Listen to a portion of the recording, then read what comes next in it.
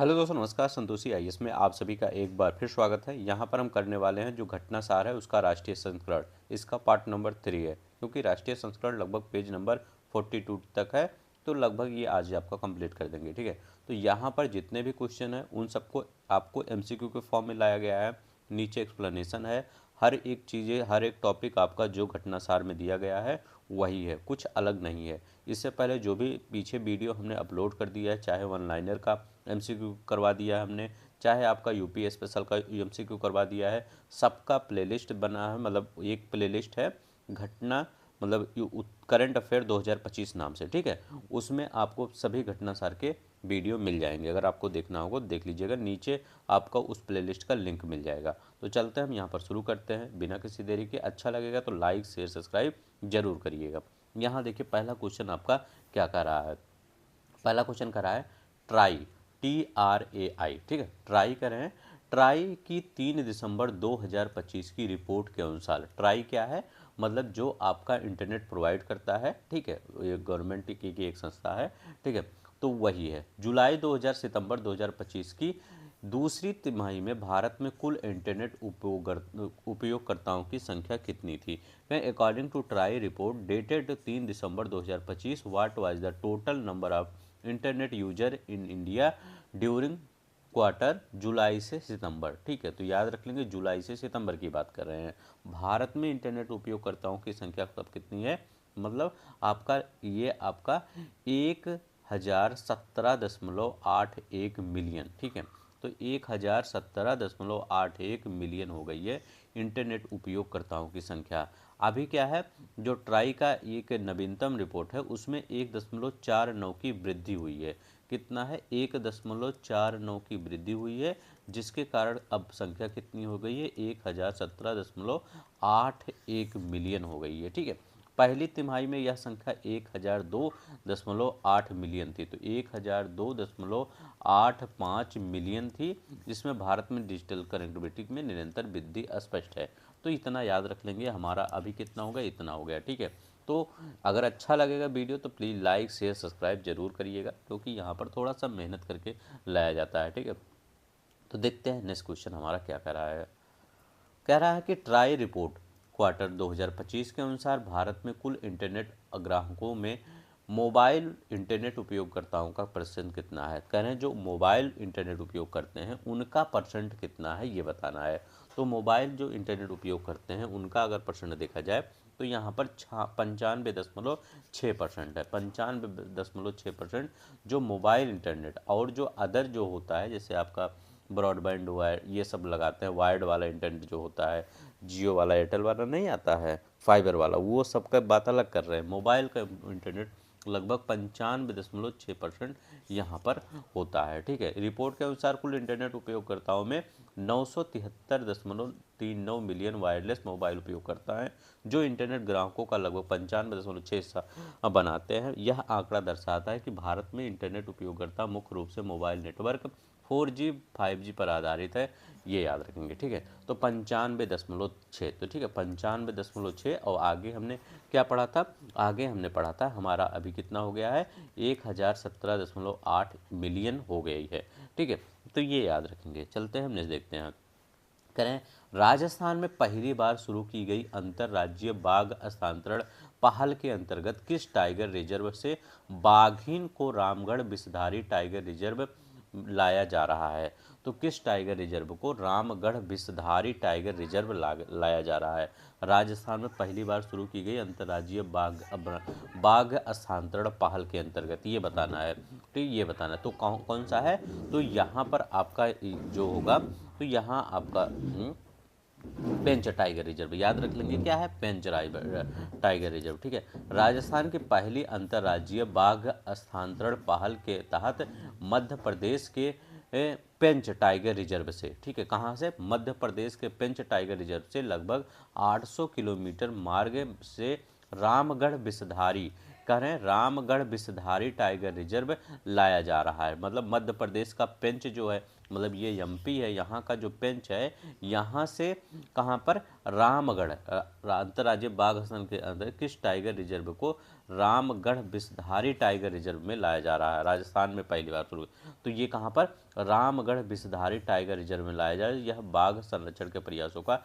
ऐतिहासिक कदम है। तो यहाँ पर राजस्थान में क्या है, रामगढ़ विषधारी टाइगर रिजर्व। ठीक है, तो इतना आपको याद रखना पड़ेगा कि पेंच से कहाँ जा रहा है। तो पेंच से आपका यहाँ पे एक बाघिन को रामगढ़ विषधारी टाइगर रिजर्व ले जाया जा रहा है। रामगढ़ विषधारी कहाँ है, तो ये राजस्थान में है। अच्छा, इससे पहले एक और स्थानांतरण हुआ था, उसमें एक बाघ, मतलब एक मादा का और एक नर बाघ का, दोनों का स्थानांतरण हुआ था। तो उसमें कौन कौन से थे, तो ये याद रख लेंगे। उसमें कहाँ का स्थानांतरण हुआ था, तो कान्हा टाइगर रिजर्व पे। यही पेंच है ना, तो यही कान्हा भी है। कान्हा से कहाँ हुआ था, यहाँ पर क्या हुआ था, कान्हा टाइगर रिजर्व से एक नर लिया गया था, यहाँ से एक नर लिया गया था। नर कहाँ से लिया गया था, कान्हा से लिया गया था। और बांधवगढ़ से, याद रख लेंगे, बांधवगढ़ से एक मादा लिया गया था। तो बांधवगढ़ भी यहाँ है, तो याद रख लेंगे बांधवगढ़ से का लिया गया था, बांधवगढ़। ठीक है, तो यहाँ से जब ये मादा लिया गया, अब ये कहाँ गए, ये याद रख लेंगे, जो आपका प्यारा भारत है यहाँ पर उड़ीसा है, तो ये उड़ीसा गए। ठीक है, तो उड़ीसा से ये पहला स्थानांतरण था। अभी ये दूसरा स्थानांतरण है, कौन सा, जहाँ पर आपका टाइगर रिजर्व जा रहा है। कौन सा टाइगर जो रिजर्व जा, वो सॉरी टाइगर रिजर्व करें, जो आपका ये पेंच से रामगढ़ विषधारी जा रहा है, ये दूसरा है। इससे पहले हो चुका है, यहाँ से कहाँ से, बांधवगढ़ से। और यहाँ पर आपका जो यहाँ कान्हा था, कान्हा से नर गया था, बांधवगढ़ से मादा। ये उड़ीसा के सतकोसिया टाइगर, याद रख लेंगे, कहाँ पर गया था, सतकोसिया टाइगर रिजर्व उड़ीसा में गया था, जो क्या असफल हुआ था। ये याद रख लेंगे, जो असफल हुआ था, हो सकता है डेथ हो गई हो। ठीक है, तो ये याद रख लेंगे। ठीक है, नेक्स्ट देखते हैं, यहाँ हो गया। तो ये कहाँ गया है, पेंच टाइगर रिजर्व मध्य प्रदेश में। नेक्स्ट देखते हैं हमारा क्या कर रहा है, करें रामगढ़ विषधारी टाइगर रिजर्व के संबंध में कौन सा कथन सही है। करें रामगढ़ विषधारी, तो यहाँ बताना है कौन सा कथन सही है, ये आपको बताना है। करें यह 2020 में टाइगर रिजर्व घोषित किया गया, नहीं, ये 2020 में नहीं, 2022 में टाइगर रिजर्व घोषित किया। देखिए 2022 में टाइगर रिजर्व घोषित किया गया था। यह राजस्थान के बूंदी जिले में है। रामगढ़ कहाँ है, राजस्थान के बूंदी जिले में, एकदम सही है। करें इसका क्षेत्रफल 2500, नहीं, इसका क्षेत्रफल 2500 नहीं है, 1501 वर्ग किलोमीटर इसका क्षेत्रफल है। और यह रणथंभौर और मुकुंदरा हिल्स टाइगर रिजर्व के बीच में स्थित है। ठीक है, वहाँ महत्वपूर्ण वन्य गलियारे कॉरिडोर भी है यहाँ पर। यह रणथंभौर सरिस्का रिजर्व को जोड़ता है, करें यह सरिस्का रिजर्व को जोड़ता है, नहीं, ये सरिस्का रिजर्व को नहीं, ये रणथंभौर और मुकुंदरा हिल्स टाइगर के बीच को जोड़ता है। ठीक है, तो ये याद रखना, ये भी गलत है आपका। यहाँ कौन सा सही है, बी वाला एकदम सही है, बूंदी जिले में। रामगढ़ विषधारी कहाँ है, बूंदी जिले में स्थित है, ये याद रखेंगे। ठीक है, नेक्स्ट देखते हैं हमारा क्या है। भारत की पहली हाइड्रोजन संचालित ट्रेन का संचालन किस मार्ग पर किया जाएगा। भारत की पहली हाइड्रोजन संचालित ट्रेन का संचालन किस मार्ग पर किया जाएगा, तो ये कहाँ पर किया जाएगा, जिंद से सोनीपत पे के बीच में किया जाएगा। कहाँ पर, जिंद से सोनीपत पे पत के बीच में किया जाएगा। रेल मंत्री अश्विनी वैष्णव के अनुसार भारत की पहली हाइड्रोजन संचालित ट्रेन का संचालन हरियाणा के जिंद से सोनीपत मार्ग पर किया जाएगा। कहाँ पर, हरियाणा के जिंद से सोनीपत मार्ग पर किया जाएगा। इसके लिए जिंद में एक विशेष हाइड्रोजन प्लांट स्थापित किया जा रहा है, जहां इलेक्ट्रोलाइसिस तकनीक से स्वच्छ हाइड्रोजन का उत्पादन भी किया जाएगा। तो ये भी याद रख लेंगे, कहाँ पर, ये यहाँ पर एक इलेक्ट्रोलाइसिस तकनीक होगी, तो ये बहुत ही अच्छा तकनीक है। ठीक है, इलेक्ट्रोलाइसिस तकनीक, जिससे क्या होता है, हाइड्रोजन तैयार किया जाता है। बहुत ही अच्छा है। इसमें कितने कोच होंगे, तो इसमें 10 कोच होंगे, याद रख लेंगे। इसमें क्या है, जो हाइड्रोजन ट्रेन है, इसमें क्या है, 10 कोच होंगी।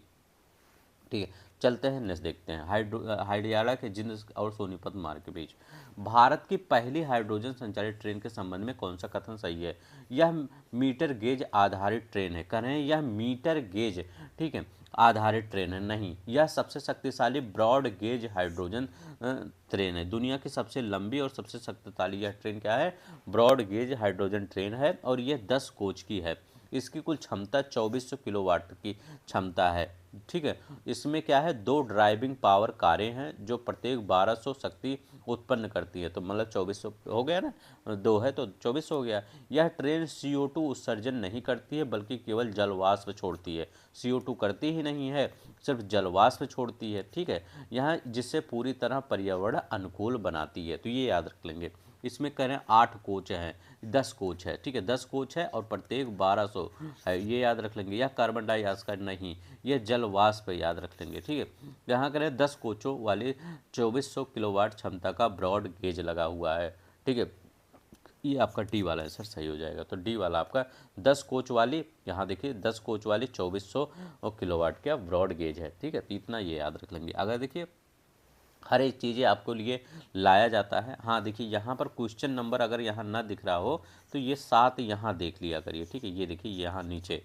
ठीक है, ये इससे आप थोड़ा सा वो कर लीजिएगा। ठीक है, करें भारत का पहला इंक्यूबेटर आधारित deep tech venture capital fund किस संस्था द्वारा लॉन्च किया गया है? डीप टेक वेंचर फंड किस संस्था द्वारा लॉन्च किया गया है, ये बताना। भारत का पहला इंक्यूबेटर, तो ये किसके द्वारा लॉन्च किया गया है, ये बताना है। अच्छा क्वेश्चन ये भी है। तो ये किसके द्वारा लॉन्च किया गया? IIT बॉम्बे, याद रख लेंगे, IIT बॉम्बे और साइन के द्वारा। IIT बॉम्बे और साइन के द्वारा। साइन का फुल फॉर्म क्या होता है? साइन का फुल फॉर्म होता है society for innovation and entrepreneurship. Society for innovation and entrepreneurship. ये कब लॉन्च किया गया था? तो 9 दिसंबर 2025 को। भारत का पहला इंक्यूबेटर आधारित deep tech venture capital fund, deep tech venture capital fund. इस फंड का उद्देश्य क्या है, पहले ये जान जाइए। इस फंड का उद्देश्य है भारत के डीप टेक स्टार्टअप को उनकी शुरुआती चरण में जोखिम पूंजी उपलब्ध कराना। ठीक है, तो डीप टेक स्टार्टअप को याद रख लेंगे।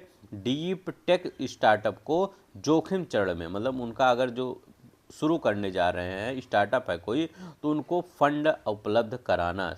ठीक है, तो याद रख लेंगे डीप टेक को फंड उपलब्ध कराना द्वारा। यह डीप टेक स्टार्टअप के प्रारंभिक चरण में वित्तीय फंड उपलब्ध कराना। तो incubator deep tech capital fund की संस्था द्वारा, IIT बॉम्बे और साइन के द्वारा। करें वाई पॉइंट वेंचर कैपिटल के संबंध में कौन सा कथन सही है? कह रहे हैं यहाँ पर क्या कह रहे हैं कि इसका कुल कोष 500 करोड़ है। कह रहे हैं 500 करोड़ नहीं, 500 नहीं, 250 करोड़ है। यह केवल लेट स्टेज स्टार्टअप को निवेश करता है। कह रहे हैं लेट स्टेज स्टार्टअप को नहीं, यह प्री स्टेज, याद रख लेंगे, हमने कहा प्री स्टेज स्टार्टअप को करता है। तो ये भी आपका गलत हो जाएगा। यह प्री स्टेज और seed stage deep tech startup पर निवेश करता है। यह प्री स्टेज और seed stage deep tech startup पर निवेश करता है। यह फंड AI, उन्नत कंप्यूटिंग, विनिर्माण, नए पदार्थ, अंतरिक्ष, रक्षा, परमाणु, जलवायु प्रौद्योगिकी, स्वास्थ्य सेवा जैसे उच्च प्रभाव वाले क्षेत्र पर यह केंद्रित है। तो ये याद रख लेंगे किस किस क्षेत्र में ये काम करेगा। ठीक है, उन्नत कंप्यूटिंग, विनिर्माण, आपका नए पदार्थ का, अंतरिक्ष, रक्षा, परमाणु, ये सब यहाँ पर करेगा। मतलब इस सब से रिलेटेड जो आपका खुलने वाली हैं स्टार्टअप। ठीक है, यह केवल फिनटेक स्टार्टअप है नहीं, तो ये गलत है। तो ये आपका सी वाला आंसर सही हो जाएगा।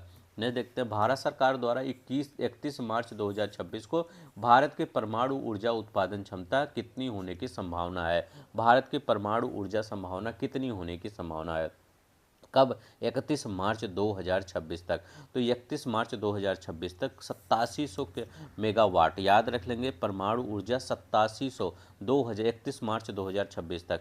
दिसंबर 2025 में भारत सरकार ने घोषणा की 2025-26 के अंत तक 31 मार्च 2026 तक भारत की परमाणु ऊर्जा क्षमता 8780 मेगावाट से बढ़कर 9400 मेगावाट हो जाएगी। अच्छा सॉरी, 9000 इतना, अच्छा इससे बढ़ के इतना हो जाएगी, याद रख लेंगे, इससे बढ़ के 9400 वाट, 9480 मेगावाट हो जाएगी। ठीक है, इसको देख लीजिएगा, ये नहीं होगा आपका, ये 9, इससे इतने से बढ़ के इतना हो जाएगा। आगे के लक्ष्यों में 2030 तक 13,480, 2030 तक 32 तक 21,880 मेगावाट हो जाएगी। तो याद रख लेंगे 2032 तक कितना हो जाएगी? 2180 मेगावाट हो जाएगी।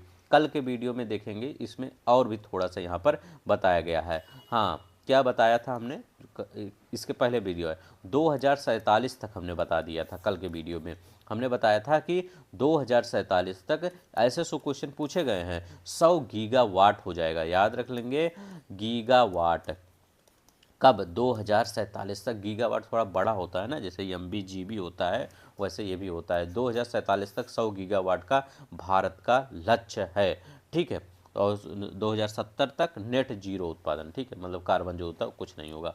तो यहाँ पर ये याद रख लेंगे।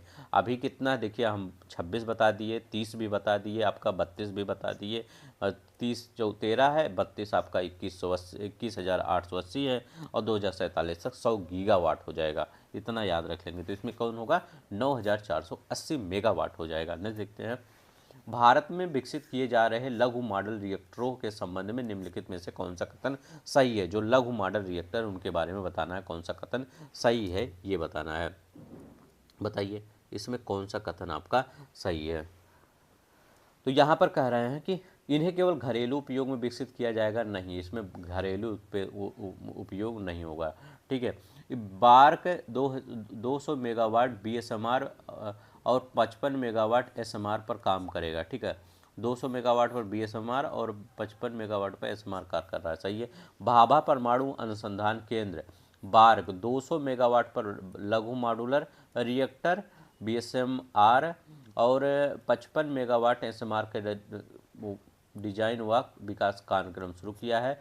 इन एसएमआर ऊर्जा गहन उद्योगों के लिए कैप्टिव प्लांट, पावर प्लांट, दूरस्थ क्षेत्र और ग्रिड अनुप्रयोगों और सेवानिवृत्त जीवाश्म ईंधन संयंत्रों का पुनः उपयोग हेतु तैनात किया जाएगा। तो ठीक है, तो ये याद रख लेंगे। तो यहाँ पर कौन सा होगा, बी वाला आंसर सही हो जाएगा।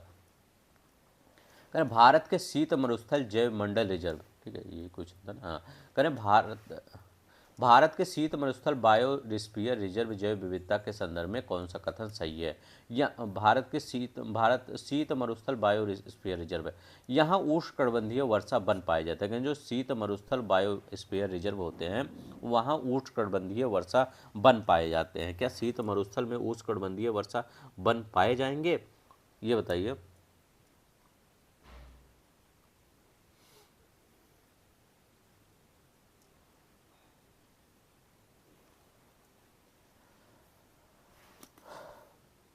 तो ऑप्शनली इसमें कहाँ पाए जाएंगे शीत मरुस्थल उष्णबंध, शीत मरुस्थल उष्ण कहाँ है। हिम तेंदुआ इसकी प्रमुख प्रजाति एकदम सही है। यहाँ केवल 10 से 15 पक्षी पाई, ये गलत है, ये गलत है। शीत मरुस्थल बायोस्फीयर रिजर्व WNBR सबसे ठंड और शुष्क परिस्थिति तंत्र में से एक है। यहाँ 17 स्तनधारी और 119 पक्षी प्रजातियाँ पाई जाती हैं। इनमें हिम तेंदुआ प्रमुख प्रजाति है। इसके अतिरिक्त तिब्बती भेड़िया, लाल लोमड़ी, आइबेक्स, ब्लू शीप जैसी प्रजातियां यहाँ पाई जाती हैं। सोवा रिग्पा आमची चिकित्सा पद्धति इनमें महत्वपूर्ण औषधियों में से समृद्ध है। तो यहाँ पर कौन सा सही है, यहाँ पर आपका बी वाला सही है। स्नो लेपर्ड इसकी प्रमुख प्रजाति है। तो याद रख लेंगे, स्नो लेपर्ड इसकी क्या है, प्रमुख प्रजाति है, ठीक है। तो स्नो लेपर्ड इसकी क्या है, प्रमुख प्रजाति है। यहाँ देखिए, भारत में C-130J सुपर हरकुलिस विमानों के लिए पहली समर्पित MRO मेंटेनेंस रिपेयर ओवरह्यूल सुविधा कहाँ स्थापित की जा रही है, ये बताइए। सुपर हरकुलिस विमानों के लिए ये सुविधा कहाँ स्थापित किया जा रहा है, ये बताना है। तो ये कहाँ पर स्थापित किया जा रहा है, ये बेंगलोर में स्थापित किया जा रहा है। याद रख लेंगे कहाँ पर, ये बेंगलोर में। 8 दिसंबर 2025 को Tata advance system limited TASL, ठीक है, और लॉकहीड मार्टिन ने बेंगलोर में सुपर हरकुलिस विमानों के लिए भारत की पहले समर्पित MRO सुविधा का निर्माण शुरुआत की है। यह केंद्र भारतीय वायुसेना की ऑपरेशन रेडीनेस को मजबूत करेगा और क्षेत्रीय C-130J बेड़े के लिए भी एक MRO हब के रूप में काम करेगा। MRO मतलब क्या है, MRO मतलब क्या है, मेंटेनेंस रिपेयर ओवरहूल, ठीक है। नेक्स्ट देखते हैं, C-130J सुपर हरकुलिस विमान के संबंध में निम्नलिखित कौन सा कथन सही है, ये बताना है। करें, बताइए इसमें कौन सा कथन सही है। तो इसमें कौन सा कथन सही है, भारत के पास वर्तमान में 12 C-130J विमान हैं। तो याद रख लेंगे, भारत के पास वर्तमान में 12 C-130J विमान हैं, ठीक है। 4 इंजन वाला टर्बो प्रॉप बहुउद्देशीय सैन्य परिवहन विमान है। भारत के पास 12 C-130J विमान है। इसका उपयोग टैक्टिकल लिफ्टिंग एंड आपदा राहत, मानवीय सहायता, मेडिकल इंक्यूबेशन और उच्च ऊंचाई वाले क्षेत्रों, लद्दाख, उत्तर पूर्व अभियानों के लिए किया जाता है। C-130J विमान का उपयोग। ठीक है, नेक्स्ट देखते हैं ज्ञान भारतम पोर्टल। करें, ज्ञान भारतम पोर्टल शुभारंभ किस तिथि और किस मंत्रालय के अंतर्गत किया गया है? तो ज्ञान भारतम पोर्टल का शुभारंभ किस तिथि और किस मंत्रालय के अंतर्गत किया गया है, ये बताना है। तो ये किस तिथि, ये याद रख लेंगे, 12 सितंबर 2025 को संस्कृत मंत्रालय के अंतर्गत ये किया गया है। किसके अंतर्गत? 12 सितंबर 2025 को संस्कृत मंत्रालय के अंतर्गत ये किया गया है ज्ञान भारतम। बहुत ही अच्छा क्वेश्चन है। ठीक है, ऐसे क्वेश्चन पूछ सकते हैं आपका। प्रधानमंत्री नरेंद्र मोदी ने 12 सितंबर 2025 को संस्कृत मंत्रालय के अधीन ज्ञान भारतम पोर्टल, मोदी जी ने क्या किया है? 12 सितंबर 2025 को संस्कृत मंत्रालय के अंतर्गत ज्ञान भारत पोर्टल का शुभारंभ किया है। यह पहल देश की प्राचीन पांडुलिपियों, विरासतों के संरक्षण, डिजिटलीकरण और वैश्विक उपलब्धता के उद्देश्य से शुरू की है। तो इसका उद्देश्य याद रख लेंगे, प्राचीन जो पांडुलिपियां होती हैं उनका संरक्षण करना। ठीक है, और डिजिटलीकरण करना।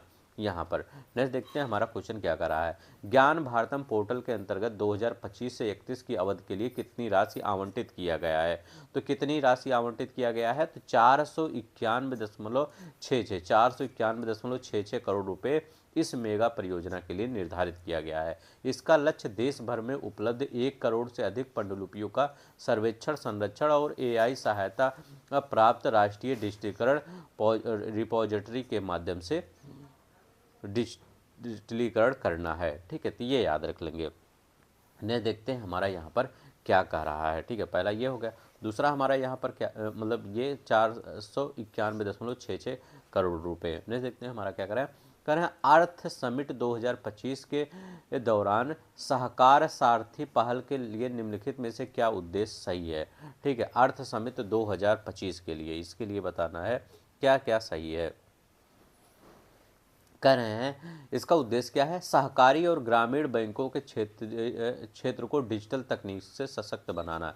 5 सितंबर 2025 को गांधीनगर में आयोजित अर्थ समिट 2025 को में केंद्रीय गृह मंत्री और सहकारिता मंत्री अमित शाह ने सहकारी सारथी पहल के तहत 13+ डिजिटल सेवाएं लॉन्च किया। तो 13+ डिजिटल सेवाएं लॉन्च किया है। इसका उद्देश्य क्या है? सहकारी बैंकों को UPI, AEPS, CVS, eKYC, real time tracking जैसी सुविधाओं से जोड़कर ग्रामीण अर्थव्यवस्था को मजबूत करना। तो इसका काम क्या है? जैसी सुविधाओं को जोड़कर ग्रामीण अर्थव्यवस्था को मजबूत करना इसका काम है। ठीक है, तो ये याद रख लेंगे। ठीक है, सहकारी bank UPI, APS, CVS, KYC, real time tracking जैसी सुविधाओं को जोड़कर ग्रामीण अर्थव्यवस्था को मजबूत करना। अर्थ समिट 2000 सहकार साथी पहल याद रख लेंगे है क्या। नेक्स्ट देखते हैं अर्थ समिट 2025 में लॉन्च की गई किन पहलों का उद्देश्य ग्रामीण भारत के बड़े स्तर पर सेवाओं और कवरेज का विस्तार करना क्या है, ये बताना है। तो उसका नाम क्या है? तो उसका नाम क्या है? सहकार टैक्सी और सहकार बीमा। अब क्या है? सहकार टैक्सी पहल में पहले 51,000 से अधिक ड्राइवर जुड़ चुके हैं, जबकि सहकार बीमा योजना का लक्ष्य स्वास्थ्य, जीवन, कृषि और आदि क्षेत्रों में बीमा कवरेज का विस्तार करना। देश भर में 50 करोड़ से अधिक सहकारी सदस्यों को लाभ पहुंचाना संभावना है इसका। ठीक है, कितना? 50 करोड़ से अधिक सहकारी सदस्यों को लाभ पहुंचाना है। तो सहकार टैक्सी, सहकार बीमा, ये याद रखेंगे। भारत के पहले पूरी तरह से इलेक्ट्रिक ग्रीन टग के स्टील कटिंग समारोह की शुरुआत कब और किसके द्वारा किया गया? तो इसकी शुरुआत कब और किसके द्वारा किया गया है, ये बताना है। ठीक है, भारत का पहला इलेक्ट्रिक ग्रीन टग प्रोजेक्ट। ठीक है, तो इसका शुरुआत किसके द्वारा किया गया है? 3 दिसंबर 2025 को सर्बानंद सोनोवाल ने, केंद्रीय मंत्री सर्बानंद सोनोवाल ने 3 दिसंबर 2025 को वर्चुअली भारत के पहले पूरी तरह से इलेक्ट्रिक ग्रीन टग के स्टील कटिंग समारोह की शुरुआत की। यह पहल भारत के बंदरगाहों स्वच्छ, हरित और भविष्य उन्मुख बनाने का राष्ट्रीय प्रयास का हिस्सा है, ये याद रख लेंगे। नहीं देखते हैं भारत के पहले इलेक्ट्रिक गन टग प्रोजेक्ट के संबंध में निम्नलिखित कथनों में से कौन सा कथन सही है, ये बताइए। तो यहाँ पर कौन सा कथन सही है, ये बताना है।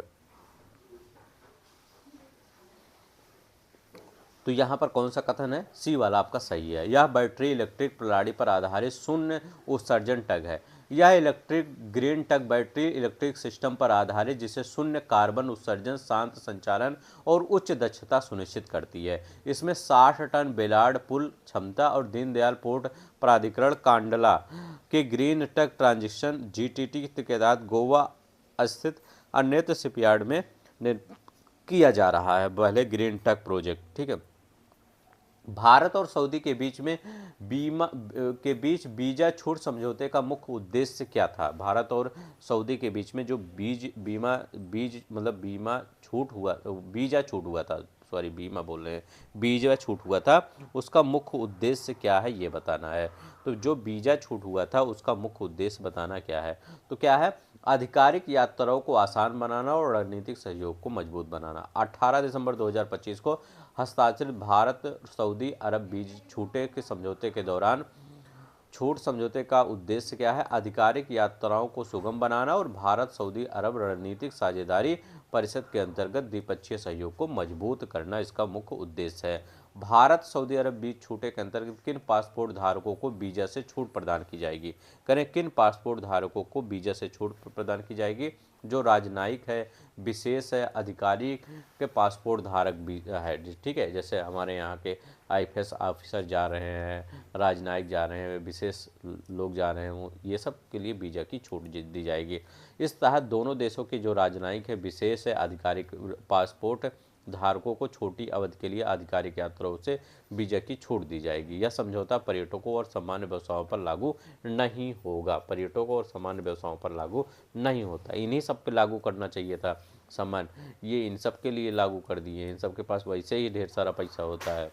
ठीक है, अब देखिए करें, डीआरडीओ ने भारतीय सशस्त्र बलों को 7 स्वदेशी प्रौद्योगिकियों किस योजना के अंतर्गत सौंप दी। Under the scheme of did DRDO hand over the indigenous technology to the Indian arm force. तो ये बताना है किसके साथ सौंपी है। तो डीआरडीओ ने भारतीय सशस्त्र बलों को 7 स्वदेशी प्रौद्योगिकियों को सौंप दिया है।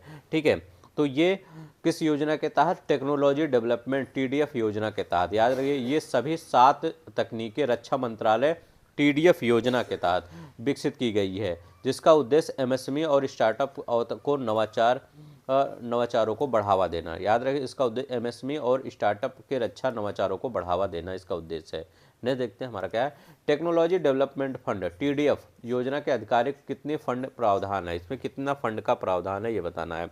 तो इसमें कितना फंड का प्रावधान है, 50 करोड़ फंड का प्रावधान है। देखिए टीडीएफ योजना के तहत अवधारणा से लेकर प्रोटोटाइप और अंतिम उपयोग तक रक्षा तकनीकों के लिए अधिकतम 50 करोड़ की सहायता दी जाएगी। ठीक है, नेक्स्ट देखते हैं, निम्नलिखित में से कौन सा डीआरडीओ द्वारा सौंपी 7 तकनीकों में शामिल नहीं है। करें कौन सा, जो 7 तकनीकें शामिल की गई उसमें कौन सा शामिल नहीं है ये बताइए। तो कौन सा शामिल नहीं है, हाइपरसोनिक ग्लाइड वाहन ये शामिल नहीं है, ये भी शामिल है, तेजस इंटरसेप्टर और एयरबॉर्न जैमस के लिए हाई वोल्टेज पावर सप्लाई भी शामिल है, लंबे समय के लिए जल निगरानी और सी वाटर बैटरी सिस्टम। ठीक है, सी वाटर बैटरी सिस्टम ये भी शामिल है। ठीक है, हाइपर सोनिक ग्लाइड वाहन हस्तांतरण हिस्सा नहीं है, सौंपी गई में संचार, नौसैनिक ऊर्जा, अंडर वाटर निगरानी ये सब जुड़ी है। ठीक है, नेक्स्ट देखते हैं हमारा क्या है।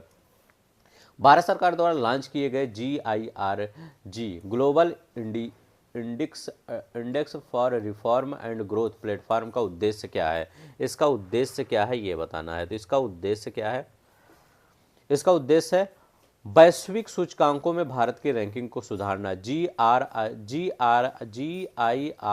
ठीक है, global index for reform and growth. ठीक है, तो इसका उद्देश्य ये है। प्लेटफॉर्म का उद्देश्य 26 अंतर्राष्ट्रीय सूचकांकों के माध्यम से भारत के प्रदर्शन का आकलन और सुधार योग्य क्षेत्रों की पहचान करना और वैश्विक रैंकिंग के सुदृढ़ करना। GIRG प्लेटफॉर्म के अंतर्गत वैश्विक सूचकांकों की निगरानी और समन्वय किस संस्था द्वारा किया जा रहा है। कह रहे हैं किस संस्था द्वारा किया जा रहा है, तो इसको किस संस्था द्वारा किया जा रहा है। तो GIRG पूरी प्रक्रिया और समन्वय नीति आयोग के DMEO development monitoring and evaluating office द्वारा किया जाए, ताकि डेटा संग्रह, विश्लेषण और रिपोर्टिंग एकरूपता और सटीकता बनी रहे। ठीक है, ये याद रख लेंगे। नेक्स्ट देखते हैं,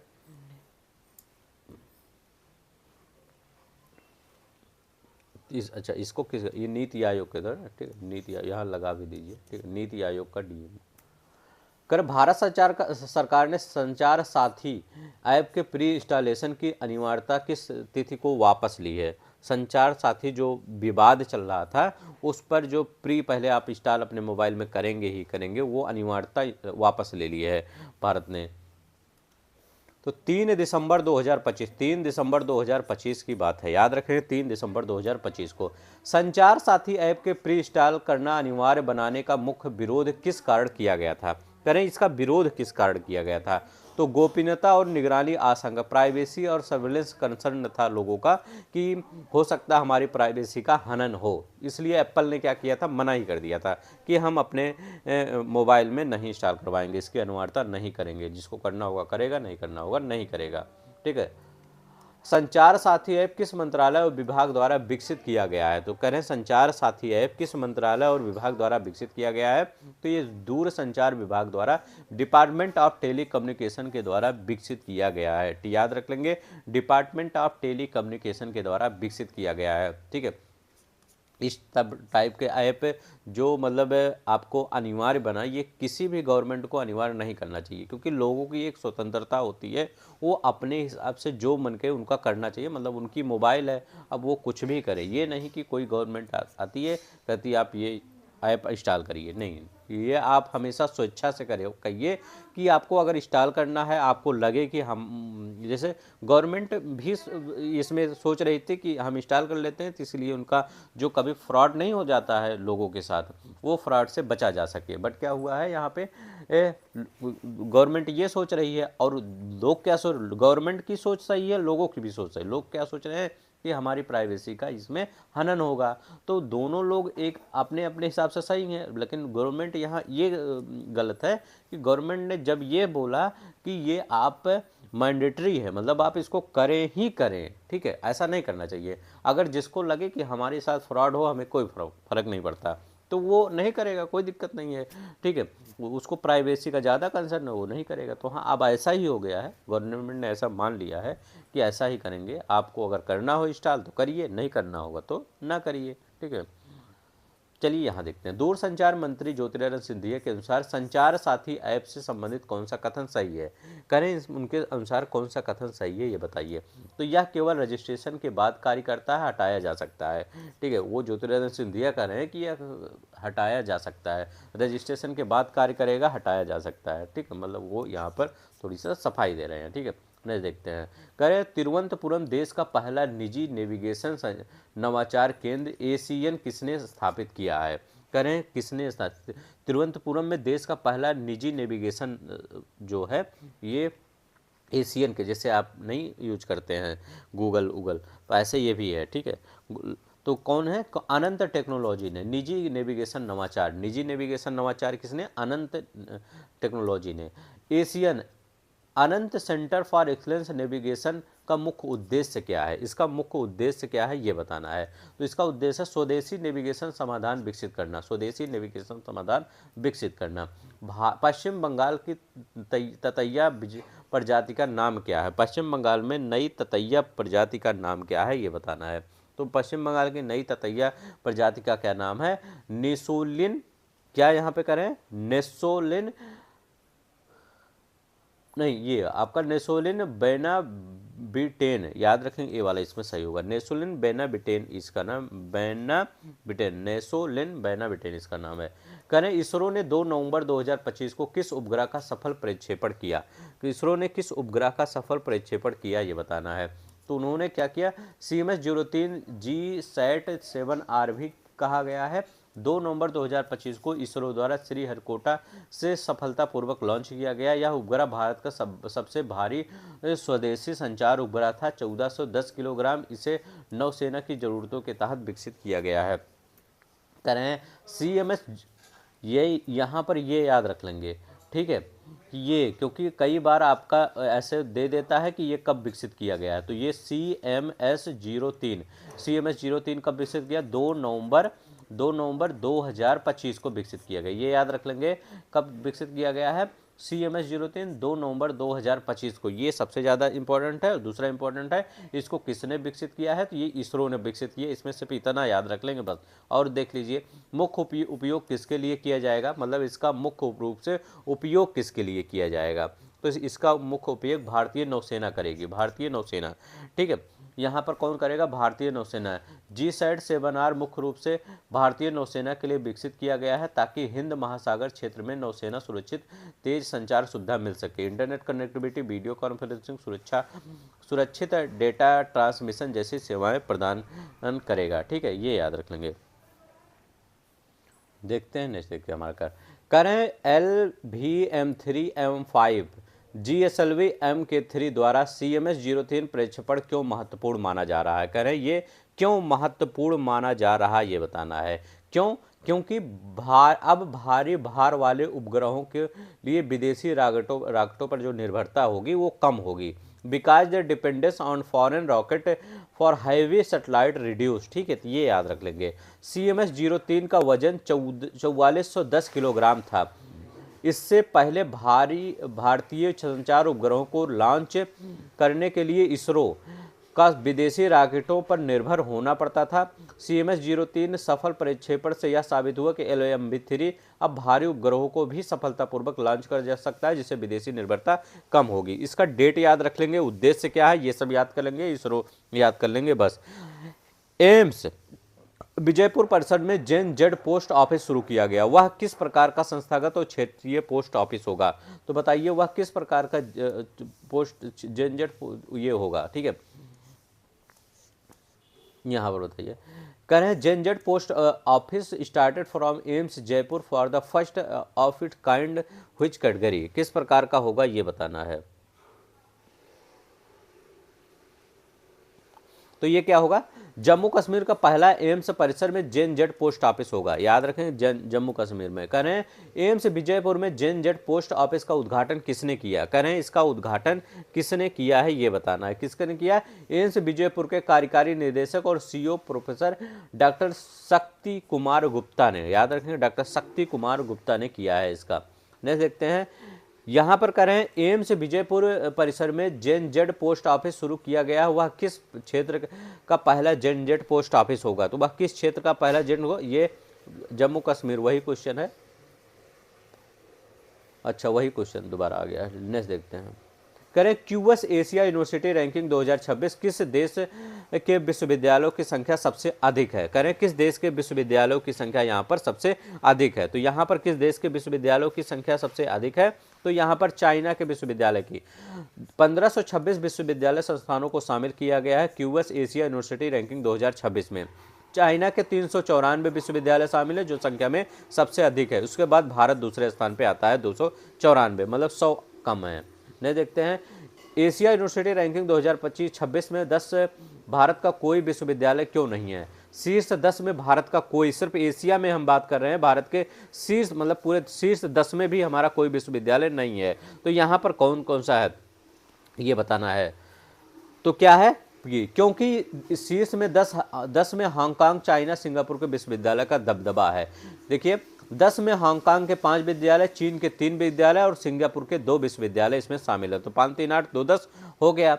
भारत का शीर्ष में कोई नहीं, हांगकांग, चाइना और सिंगापुर का इसमें वर्चस्व है। नेक्स्ट देखते हैं हमारा क्या है, 56वें अंतर्राष्ट्रीय फिल्म महोत्सव की फोकस फैक्ट्री कौन सी थी।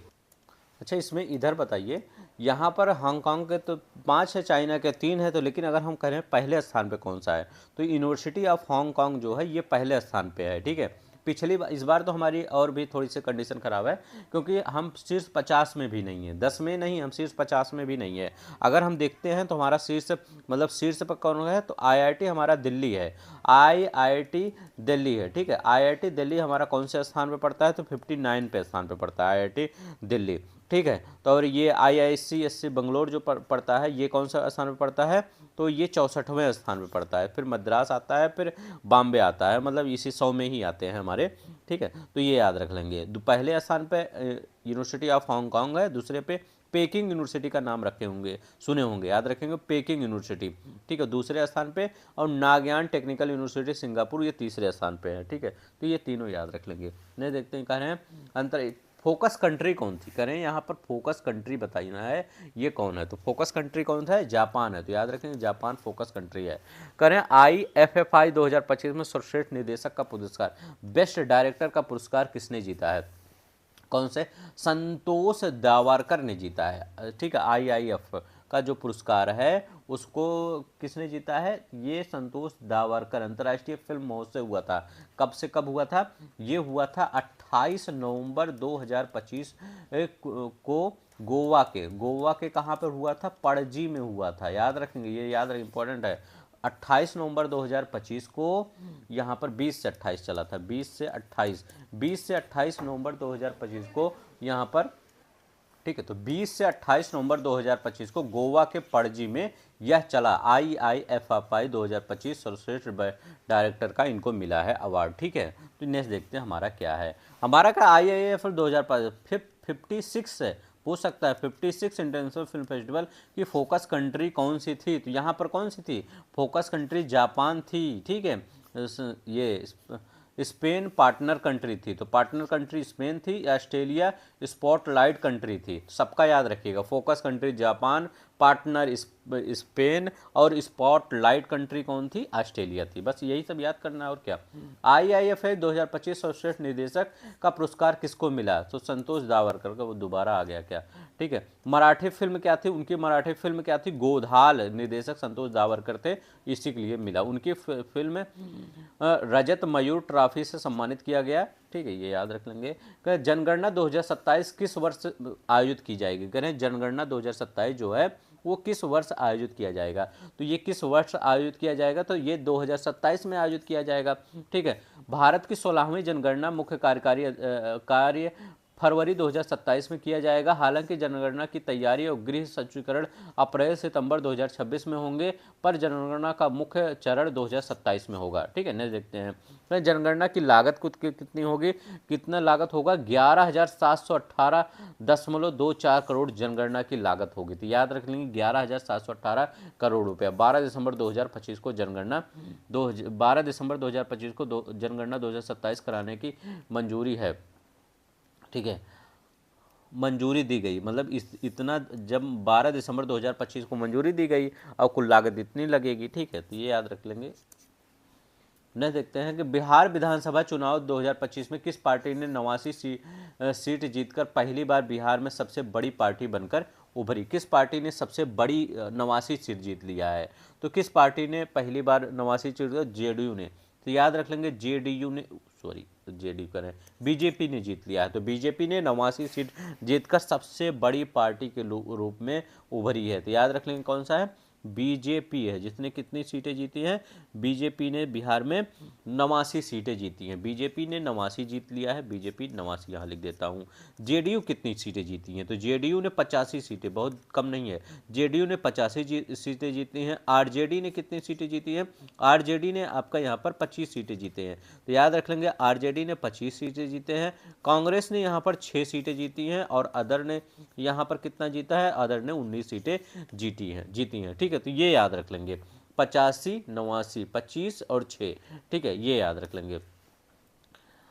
करें बिहार 2025 विधानसभा चुनाव में मुख्यमंत्री कौन बने और उनकी कितनी बार मुख्यमंत्री, ये 10 टाइम मुख्यमंत्री बनेंगे, नीतीश कुमार 10th टाइम मुख्यमंत्री बने हैं, नीतीश कुमार 10वीं बार बिहार के मुख्यमंत्री बने हैं, 10वीं बार मुख्यमंत्री बनने का मौका नीतीश कुमार को मिला है, ठीक है। नेक्स्ट देखते हैं, बिहार विधानसभा में कुल कितनी सीटें हैं और एनडीए ने इस बार कितनी सीटें जीती, तो याद रखें बिहार विधानसभा में कुल कितनी सीटें हैं, तो बिहार विधानसभा में 243 सीटें हैं, एनडीए ने 202 पर जीत प्राप्त की और 3/4 से अधिक बहुमत है, ठीक है। नहीं देखते हैं, वंदे मातरम गीत की रचना किस वर्ष हुई थी और 150 वर्ष पूरे होने के उपलक्ष्य में स्मरणोत्सव कब से कब मनाया गया, तो ये यार वंदे मातरम गीत की रचना 7 नवंबर 1875 को बंकिम चंद्र चट्टोपाध्याय ने की थी। 150 वर्ष पूरे होने पर 7 नवंबर 2025 से 7 नवंबर 2026 तक स्मरणोत्सव मनाया गया 7 नवंबर 2025 से 7 नवंबर 2026 तक बंकिम चंद्र चट्टोपाध्याय ने किया था 7 नवंबर 1875 में, ठीक है। यहाँ वंदे मातरम गीत को किसने संगीतबद्ध किया था और किस वर्ष कांग्रेस कार्य समिति पंडित ने राष्ट्रीय गीत के रूप में अपनाया था। तो इस गीत को गुरु रविंद्रनाथ टैगोर ने संगीतबद्ध किया था और 1937 में कांग्रेस कार्य समिति ने इसको गीत को 2 पदों पर राष्ट्रीय गीत के रूप में अपनाया था। ठीक है, तो ये याद रख लेंगे किसने इसको किया था। ठीक है, मतलब इसको रचयिता कौन थे, इसको रचयिता बंकिम चंद्र चट्टोपाध्याय थे, लेकिन ये कौन से, इसको संगीतबद्ध कौन किया गया था, संगीतबद्ध गुरु रविंद्रनाथ टैगोर द्वारा संगीतबद्ध किया गया था 2 पदों में।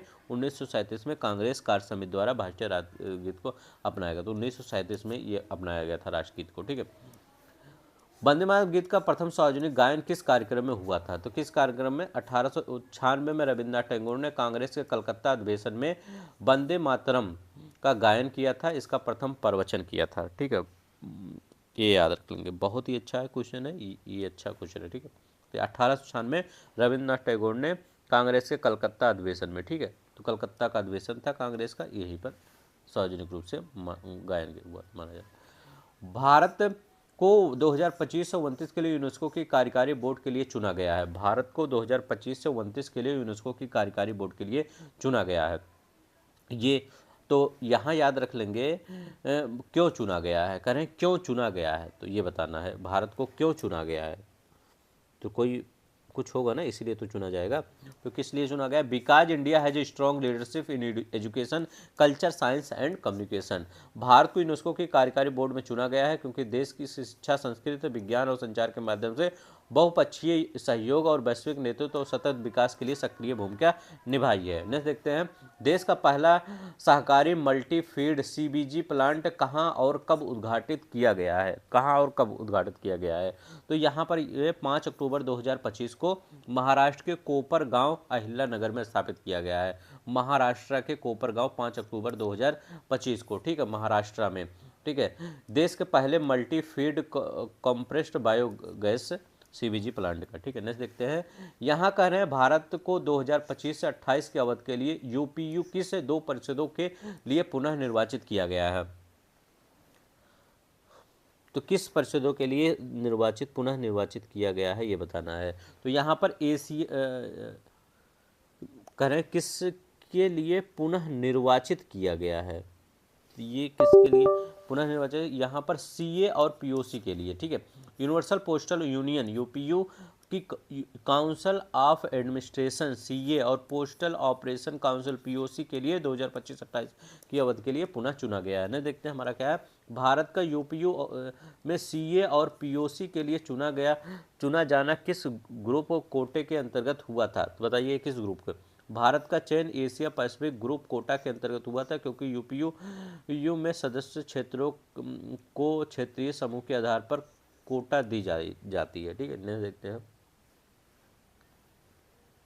तो यहाँ पर एशिया पैसिफिक ग्रुप होगा। ठीक है, नहीं देखते हैं, भारत को किस वर्ष महीनों में यूएनएचआरसी के लिए 3 वर्ष के लिए कार्यकाल के लिए निर्वाचित किया गया है, तो भारत को अक्टूबर 2025 में यूएनएचआर ह्यूमन राइट काउंसिल के लिए 3 वर्ष के लिए कार्यकाल बढ़ाया गया, तो याद रखिए बढ़ाया नहीं, निर्वाचित किया गया है भारत को। ठीक है, तो ये याद रख लेंगे अक्टूबर 2025 में। ठीक है, तो अक्टूबर 2025 में, ठीक है, तो याद रखना अक्टूबर 2025 में। नहीं देखते हैं, करें यूएनएचआरसी को कुल सीटों कितनी सीटें हैं और इनमें से एशिया प्रशांत क्षेत्र को कितनी सीटें मिली हैं। यूएनएचआरसी में कुल 47 सदस्य हैं, याद रखिएगा, और एशिया प्रशांत में 13 सीटें मिली हैं, तो याद 47 और 13 एशिया पैसिफिक फॉर अफ्रीका नहीं, ये एशिया पैसिफिक सीट है। ठीक है, ये वाला सही हो जाएगा। नहीं देखते हैं हम यहाँ पर क्या कह रहे हैं कि एशिया प्रशांत क्षेत्र में यूएनएचआरसी के लिए 2025 के चुनाव के लिए भारत ने किन 3 देशों को चुना है, तो कह रहे हैं भारत के साथ किन 3 देशों को चुना गया है ये बताना है। तो भारत के साथ याद रख लेंगे एशिया प्रशांत क्षेत्र में 4 सीटें भरी गई हैं, इसमें भारत के साथ इराक है, पाकिस्तान और वियतनाम चुने गए हैं। भारत हुआ, इराक हुआ, पाकिस्तान हुआ, वियतनाम, ये चुने गए हैं। तो यहाँ पर कौन सा होगा, इराक, पाकिस्तान, वियतनाम। ठीक है, ये ने देखते हैं, करें ब्रिटेन के प्रधानमंत्री की स्टामर की भारत यात्रा की किस तारीखों के बीच हुई, तो ब्रिटेन के जो प्रधानमंत्री भारत में आए थे वो किसके बीच में, 8 से 9 अक्टूबर 2025 के, तो 8 से 9 अक्टूबर 2025 को ये भारत आए थे, तो याद रखेंगे 8 से 9 अक्टूबर 2025 को। नेक्स्ट देखते हैं, यहाँ कर रहे हैं, भारत और ब्रिटेन ने 2030 तक द्विपक्षीय व्यापार को कितनी डॉलर तक दोगुना करने का लक्ष्य रखा है। ठीक है, तो कितनी डॉलर तक दोगुना करने का लक्ष्य रखा है। दोनों देशों के बीच वर्तमान द्विपक्षीय व्यापार लगभग 56 अरब डॉलर है। इसे 2030 तक दोगुना करके 112 अरब डॉलर का लक्ष्य रखा है। तो याद रख लेंगे 112 अरब डॉलर का लक्ष्य। बहुत अच्छा क्वेश्चन है, याद रख लेंगे, इम्पॉर्टेंट है। 2030 तक 112 और 2030 तक ये भी याद रख लेंगे 2030 तक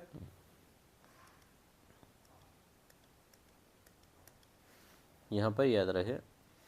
ठीक है, तो 2030 तक क्या है, तो 2030 तक ये रूस के साथ 100 अरब डॉलर का है, और 2030 तक 112 अरब डॉलर का किसके साथ, ब्रिटेन के साथ रखा गया है। ठीक है, अभी क्या क्या है, 56 अरब डॉलर यहाँ है, इनका दोगुना करना है, वहाँ भी दोगुना करना है, तो याद रखिएगा 112 अरब डॉलर। ठीक है, यहाँ देखते हैं, करें मंगोलिया के राष्ट्रपति खुरलेसुख उखना की भारत यात्रा किन तारीखों के बीच हुई थी। मंगोलिया के राष्ट्रपति खुरलेसुख उखना की भारत यात्रा किन तारीखों के बीच हुई थी। तो मंगोलिया के राष्ट्रपति खुरलेसुख 13 से 16 अक्टूबर 2025 के बीच भारत की राजकीय यात्रा पर आए थे। तो याद रख लेंगे, खुरलेसुख उखना 13 से 26 अक्टूबर को भारत की राजकीय यात्रा पर आए थे। 13 से 16 अक्टूबर से 13 से 16 अक्टूबर 2025 को।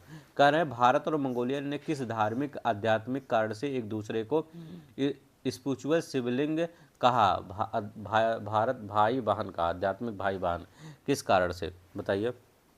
बहुत अच्छा क्वेश्चन है, भाई बहन का। ठीक है, तो यह दोनों देशों के बुद्धिज्म सूत्र में बंधे हुए हैं। प्रधानमंत्री मोदी ने कहा, भारत और मंगोलिया का संबंध सिर्फ राजनीतिक नहीं बल्कि आध्यात्मिक है, क्योंकि दोनों देश सदियों से बौद्ध धर्म से जुड़े हुए हैं और उनकी स्पिरिचुअल सिबलिंग कहा है। ठीक है, स्पिरिचुअल सिबलिंग। भारत और मंगोलिया के बीच किस वीजा फैक्ट्री की फैसिलिटी देने की घोषणा की गई। भारत और मंगोलिया को किस सुविधा देने की घोषणा की गई है। तो भारत मंगोलिया में ई वीज़ा, निःशुल्क ई वीज़ा पर भारत ने मंगोलियाई नागरिकों को निःशुल्क ई वीज़ा प्रदान करने की घोषणा की, ताकि व्यापार, पर्यटन और संस्कृति को बढ़ावा मिल सके। Free e visa. नेक्स्ट है WDMMA world directory of modern military aircraft की 2025 रिपोर्ट के अनुसार विश्व की तीसरी सबसे शक्तिशाली वायुसेना कौन सी है। तो तीसरी अभी अपना ये बन गया है। ठीक है, सॉरी, अपना प्यारा भारत बन गया है। ठीक है, विश्व की तीसरी। डब्ल्यू की रिपोर्ट के अनुसार अमेरिका और रूस के बाद भारतीय वायुसेना विश्व की तीसरी सबसे शक्तिशाली माना गया है। यह रैंक सिर्फ लड़ाकू विमानों पर संख्या पर आधारित नहीं है, बल्कि ट्रेनिंग, लॉजिस्टिक और तकनीक, आधुनिकता और सटीक क्षमता जैसे कारकों को ध्यान में रखते आधार पर बनाई गई है। देखिए, अगर लड़ाकू विमान की बात करेंगे तो चाइना के पास ज़्यादा है, लेकिन अगर तकनीकी हमारे जवान कितने ज़्यादा चुस्त दुरुस्त, कितनी ज़्यादा एक्टिव रहते हैं, उस सब की बात करते हैं तो हमारे यहाँ ज़्यादा पावर है। ठीक है, हमारे जवानों के पास, जो वायुसेना की जवान है। ठीक है, तो हमारा प्यारा भारत तीसरे पे बन गया है WDMMA के अनुसार। रूस और मतलब पहले अमेरिका है, दूसरा रूस है, तीसरा हमारा प्यारा भारत है। डब्ल्यू 2000 रैंकिंग में भारतीय वायुसेना ट्रू वैल्यू रेटिंग क्या है। कहने भारतीय वायुसेना का ट्रू वैल्यू। WDMMA की रिपोर्ट के अनुसार इंडियन एयरफोर्स TBR 69.4 क्या है, 69.4 बताएगा, जो इसे विश्व की तीसरी शक्तिशाली वायुसेना बनाता है। यूएस का कितना है, 242.9 है, सॉरी देखिए कितना है, 242.9। ये और रशियन एयरफोर्स का 114.2 है। ठीक है, और चाइना का कितना है, 63.8 है। तो देखिए यूएस के आसपास भी कोई नहीं भटक पा रहा है। कह रहे हैं WDMM के रिपोर्ट के अनुसार भारत के पास किस देश की वायुसेना का स्थान आता है। तो ये आपका यहाँ पर चाइना होना चाहिए। ठीक है, चाइना होना चाहिए, यहाँ नहीं दिया है, चाइना होना चाहिए। कहते हैं मॉरिशस के प्रधानमंत्री नवीन चंद्र राम गुलाम की भारत यात्रा के दौरान भारत ने मॉरिशस के लिए कुल कितने डॉलर के आर्थिक पैकेज की घोषणा किया है। तो 680, याद रखिएगा 680 मिलियन डॉलर की। तो ये वार्ता के दौरान भारत ने मॉरिशस के लिए कुल 680 मिलियन डॉलर के आर्थिक पैकेज की घोषणा की है। 215 मिलियन डॉलर का विकास अनुदान ग्रांट, 440 मिलियन डॉलर का grant come line of credit शामिल है इसमें। 680 मिलियन डॉलर की विशेष आर्थिक पैकेज के तहत 215 मिलियन डॉलर के रूप में दिया गया है। तो किया है डेवलपमेंट ग्रांट के रूप में। ठीक है, तो याद रख लेंगे इसमें डेवलपमेंट ग्रांट, विशेष आर्थिक पैकेज के तहत 215 मिलियन डॉलर किस रूप में दिया गया है, तो याद रखिएगा पैकेज के $215 मिलियन को विकास अनुदान, ठीक है, डेवलपमेंट ग्रांट के रूप में दिया जाएगा, जिसमें 4 परियोजनाओं का विकास शामिल है, जैसे अस्पताल निर्माण, आयुष केंद्र, पशु चिकित्सा स्कूल आदि, ठीक है। तो डेवलपमेंट ग्रांट याद रखेंगे। नेक्स्ट देखते हैं हमारा क्या है। मॉरिशस के साथ द्विपक्षीय समझौते में जल विज्ञान ओशन साइंस के क्षेत्र में किस संस्थान के साथ समझौता हुआ था? करें किस संस्थान के साथ समझौता हुआ था, ये बताना है। तो समझौते के तहत भारत के नेशनल इंस्टीट्यूट ऑफ ओशिनोग्राफी और मॉरिशस ओशिनोग्राफी इंस्टीट्यूट के बीच जल विज्ञान ओशियन साइंस के क्षेत्र में सहयोग हुआ था। इसके तहत नेविगेशन चार्ट, जल सर्वेक्षण और संयुक्त सर्वेक्षण अगले 5 वर्षों में काम किया जाएगा, ठीक है। तो ये याद रख लेंगे यहाँ पर नेशनल इंस्टीट्यूट ऑफ ओशिनोग्राफी, ठीक है, किस संस्थान के साथ? National institute of oceanography. स्वच्छ सर्वेक्षण 2025 को 10 लाख से अधिक आबादी वाले शहरों में भारत का सबसे गंदा शहर कौन घोषित किया गया है? करें भारत का सबसे गंदा शहर मदुरई घोषित किया। स्वच्छ सर्वेक्षण 2025 के अनुसार 10 लाख प्लस आबादी वालों में, ठीक है, आबादी में मदुरई को सबसे गंदा शहर घोषित किया गया है। इसके बाद लुधियाना आता है, चेन्नई आता है, रांची आता है, बंगलोर आता है, ये याद रख लेंगे।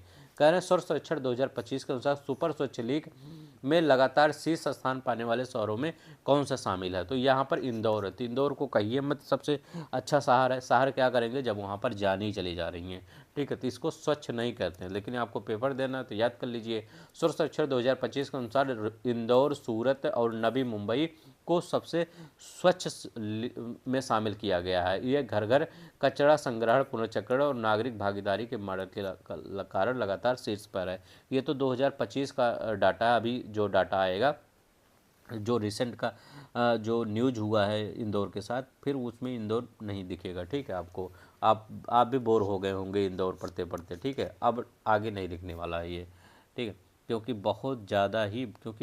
बहुत से मासूम बच्चों की जान इसमें चली गई थी, ठीक है, जो कि बहुत ज़्यादा दुखद घटना होती है। सर्व सर्वेक्षण 2025 के अनुसार बड़े महानगरों की खराब रैंकिंग में मुख्य कारण क्या बताया गया है? कह रहे हैं बड़े महानगरों की खराब रैंकिंग का मुख्य कारण क्या बताया गया है? तो यहाँ पर मुख्य कारण क्या बनाया? कचरा पृथक्करण की कमी और अनुशासन की गिरावट, ठीक है। जैसे दिल्ली, चेन्नई, बंगलोर जैसे बड़े महानगरों में खराब रैंकिंग आया है। क्यों खराब रैंकिंग आया है? क्योंकि यहाँ पर सही से काम ही नहीं कर रहे हैं, ठीक है। तो याद रख लेंगे यहाँ पर इसका खराब ही रैंक आया है। नहीं देखते हैं। कह रहे हैं स्वच्छ सर्वेक्षण 2025 के मूल्यांकन के मानकों का कौन सा शामिल नहीं है? कह रहे मूल्यांकन मानकों में कौन सा शामिल नहीं है? तो ये मानक है ठोस अपशिष्ट प्रबंधन है, नागरिक प्रतिक्रिया है, स्वच्छता और स्वास्थ्य स्तर है, नवाचार और सर्वोत्तम प्रथाएं हैं, ये याद रख लेंगे, ठीक है। तो ये कौन सा मानक नहीं है? तो यहाँ पर औद्योगिक उत्पादन क्षमता मानक नहीं है। करें MAHU में निम्न रैंक वाले शहरों में क्या निर्देश करता है? तो यहाँ पर निम्न शहर वाले जो हैं उनको क्या निर्देश करता है, ये बताना है आपको। यहाँ पर क्या करता है, ठीक है, बताइए।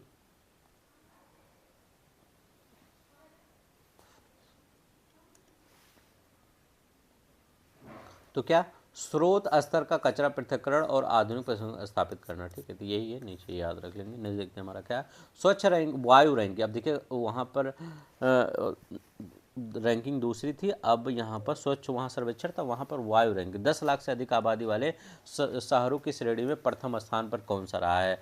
तो यहाँ याद रख लेंगे, ये इंदौर प्रथम स्थान प्राप्त किया है। इंदौर 1.5 करोड़ की नगद पुरस्कार भी मिला है। इस बार मिल गया है, अगली बार नहीं मिलने वाला है, ठीक है। तो याद रख लेंगे इंदौर है, ठीक है। तो 10 लाख से अधिक आबादी वाला इंदौर है।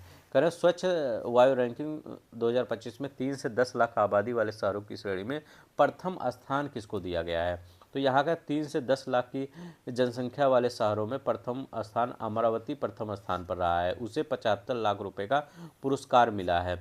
झांसी, मुरादाबाद संयुक्त रूप से दूसरे स्थान पर आए हैं, ठीक है। तो याद रख लेंगे 3 से 10 लाख, अमरावती प्रथम स्थान पर रहा है, उसे 75 लाख का पुरस्कार। झांसी और मुरादाबाद संयुक्त रूप से दूसरे स्थान पर रहे हैं। 3 लाख से कम आबादी वाले छोटे शहरों की श्रेणी में स्वच्छ वायु रैंकिंग 2025 में प्रथम स्थान किस शहर को मिला है? करें प्रथम स्थान किस शहर को मिला? 3 लाख से कम आबादी वाले छोटे शहरों में देवास को प्रथम स्थान मिला है, जिसको 35 लाख रुपए का मिला है। पर वाड़ू दूसरे स्थान पर, अमदुल तीसरे स्थान पे है। एनआरएस रिपोर्ट के अनुसार भारत में शिशु मृत्यु दर 2023 में कितनी दर्ज की गई? करें भारत में शिशु मृत्यु दर 2023 में कितनी दर्ज? तो ये 2023 में 25 दर्ज की गई थी। याद रहे अब तक रिकॉर्ड न्यूनतम स्तर है। 2013 में 40 थी, यानी 37% की गिरावट आ गई और लगभग 37.5% की गिरावट आई है। करें SRA, ठीक है, करें 2023 के अनुसार भारत में सबसे कम शिशु मृत्यु दर किस राज्य और केंद्र शासित प्रदेश में दर्ज की गई? मणिपुर में IMR मात्र 3 दर्ज की गई, देश में सबसे कम है। केरल 21 बड़े राज्यों में IMR 5 के स्थान पहले, जो बड़े राज्य में उसमें केरल पहले स्थान पर है, छोटे राज्यों में मणिपुर स्थान है पहले, ठीक है, शिशु मृत्यु दर में। करें SRS रिपोर्ट में 2023 के अनुसार किन राज्यों में शिशु मृत्यु दर सबसे अधिक 37 दर्ज की गई है? तो मध्य प्रदेश, छत्तीसगढ़ और उत्तर प्रदेश। तो ये आपके उत्तर प्रदेश का काम भी है, ठीक है, छत्तीसगढ़ और मध्य प्रदेश। तो MP, छत्तीसगढ़ और यूपी, ये तीनों सुधर जाए, ठीक है। तो यहाँ पर सबसे अधिक दर्ज की गई है। SRS रिपोर्ट के अनुसार MP, छत्तीसगढ़ और क्या है, यूपी में MRS 37 रही है, जो राष्ट्रीय औसत से काफ़ी ज़्यादा ऊपर है, ठीक है। नेक्स्ट देखते हैं। कह रहे हैं कि SRS 2023 में भारत का कुल प्रजनन दर 2023 में कितनी रही है? तो 1.9। भारत का TFRI 1971 में 5.2 था, जो घटकर 2023 में 1.9 हो गई है। यह जनसंख्या स्थिरीकरण की दिशा में एक महत्वपूर्ण संकेत है। कह रहे हैं SRS रिपोर्ट 2023 के अनुसार भारत में सबसे अधिक जन्म दर, बर्थ रेट किस राज्य में दी? सबसे ज़्यादा बच्चे कहाँ पैदा हो रहे हैं, ठीक है, तो ये बिहार में। तो याद रख लेंगे, बिहार में जन्म दर 25.8 दर्ज की गई है, जो देश में सबसे अधिक है, और सबसे कम अंडमान निकोबार में 10.1 हो रही है, ठीक है। नहीं देखते हैं कि यहाँ क्या कर रहे हैं। NIRF 2025 में ओवरऑल रैंकिंग में 10वीं बार प्रथम स्थान किस संस्थान को प्राप्त हुआ? 10वीं बार प्रथम स्थान, ठीक है, NIRF रैंकिंग में, ठीक है। तो याद रख लेंगे, ये NIRF रैंकिंग में 10वीं बार प्रथम स्थान IIT मद्रास को मिला है। IIT मद्रास ओवरऑल करियर लगातार 10वीं बार प्रथम स्थान पर है, ठीक है। NIRF पर 2025 की ओवरऑल रैंकिंग में दूसरा स्थान किसको मिला है? तो दूसरा स्थान IISc बंगलोर को ओवरऑल, मतलब ओवर समग्र रैंकिंग, मतलब ये नहीं कि टेक्नोलॉजी में या किसी आर्ट में, ऐसा नहीं है, ओवरऑल रैंकिंग में। NIRF 2025 की घोषणा में किस तिथि को हुई थी? 4 सितंबर 2025 को घोषणा होती है। किसके द्वारा? शिक्षा मंत्रालय के द्वारा यह घोषणा होती है। NIRF की कुल श्रेणियों में संस्थानों की रैंकिंग, कुल कितनी श्रेणियों में संस्थानों को रैंकिंग दी गई? 17 श्रेणियों में। इंजीनियरिंग, प्रबंध, विधि, चिकित्सा, कृषि अनुसंधान, चिकित्सा, सतत विकास सहित कुल 17 श्रेणियाँ इसमें शामिल थी, ठीक है, 17 में। नहीं देखते हैं। NIRF 2025 को ओवरऑल टॉप 5 सूची में निम्नलिखित कौन सा संस्थान 5वें स्थान पर रहा है? तो IIT कानपुर थी, ठीक है। तो NIRF ओवरऑल टॉप 5 रैंकिंग, पहले मद्रास है, दूसरा बंगलोर है, तीसरा बॉम्बे है, IIT का दिल्ली है, कानपुर, ये याद रख लेंगे बस, और कुछ मत याद करिए। IIT मद्रास, बंगलोर, बॉम्बे, दिल्ली और कानपुर है, ठीक है। जिनको थोड़ा सा फास्ट लगेगा वो थोड़ा स्लो कर लेंगे, ठीक है। आज थोड़ा सा हमको कुछ जाना था कहीं पे, इसलिए हमने थोड़ा सा तेज़ पढ़ाया है, ठीक है, इसके लिए मैंने सॉरी बोला हूँ, ठीक है। तो प्लीज़ अगर अच्छा लगेगा तो प्लीज़ लाइक शेयर सब्सक्राइब करिएगा। हाँ, आपका पेपर भी आ गया है, अगर इतना तेज़ नहीं चलेंगे तो आपका 2 ही 3 दिन आपका मेंस का पेपर है RO का, तो और भी बहुत सारे पेपर लगे हुए, यूपीटर SC का JEE पेपर लगा है। तो आप सबके लिए इसीलिए हमने रात में जग कर ही ये वीडियो मतलब बनाया था। तो आज के लिए बस इतना ही, मतलब ये PPT रात में तैयार किया था और मॉर्निंग में हमने पढ़ाया था, ठीक है। तो आज के लिए बस इतनी, अपना ख्याल रखिएगा। जय हिंद, जय भारत।